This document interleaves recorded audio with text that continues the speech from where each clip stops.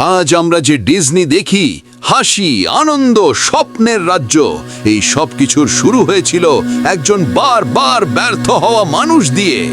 Walt Disney জন্মেছিলেন খুব সাধারণ পরিবারে। ছোটবেলা থেকেই তাকে কাজ করতে হয়েছে।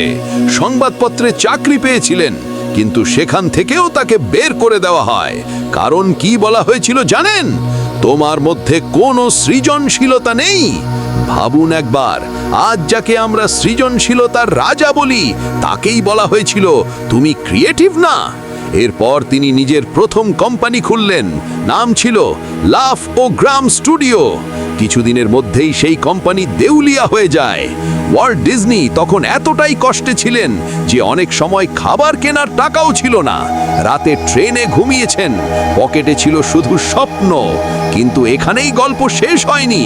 তিনি আবার শুরু করলেন, নতুন করে আঁকতে লাগলেন, নতুন করে ভাবতে লাগলেন।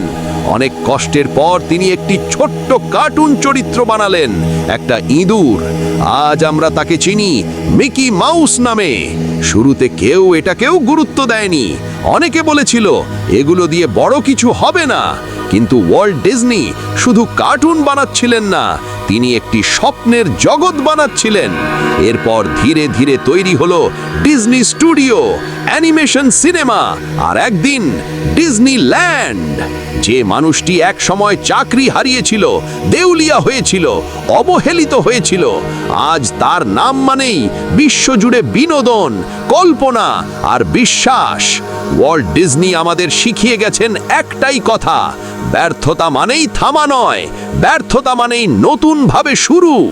তিনি বলেছিলেন, যদি তুমি স্বপ্ন দেখতে পারো তবে সেটা বাস্তব করাও সম্ভব।